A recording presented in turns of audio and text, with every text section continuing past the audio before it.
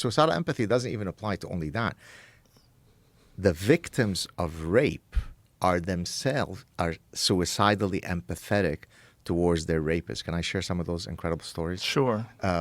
So I start off in the book with an example from a Norwegian man who had been sodomized by a Somali migrant.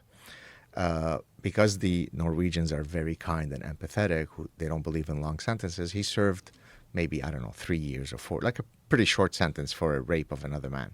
When he was being released, he was going to be deported. The victim of that rape had this huge existential angst and guilt because now that, Ahmad was going to be released back to Mogadishu, he wouldn't end up being able to maximally flourish like he should be. Well, our emotional system did not evolve to be empathetic toward our rapists. That would be an example of someone who's being suicidally empathetic. Another great example. What happened in that case? What in terms of whether he was deported or not? Yeah. I think, I don't want to misspeak, but I think he was deported to the screams and lamentations of his victim. There is a woman who was raped in Germany, and when the authorities were trying to find out more about who the perpetrators were, she lied to them and said that they were speaking in German, even though they were speaking in Arabic and Farsi, because if she had truly said what their language was, then those communities would have been marginalized.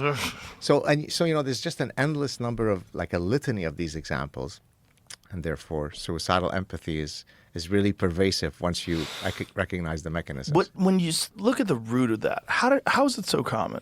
Like what happened? So I think that's a great question. I think, again, it goes back to the 1-2 punch of parasitic mind and suicidal empathy.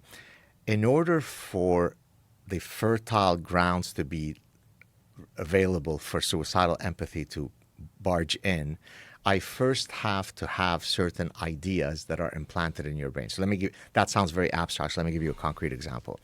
Cultural relativism is a parasitic idea that I discuss in the parasitic mind. It basically says, who are you to judge the beliefs and the practices of another culture? Shut up, racist, right? So there are honor killings, shut up. There are child brides, shut up. There are female genital mutilations, shut up. Don't judge other cultures.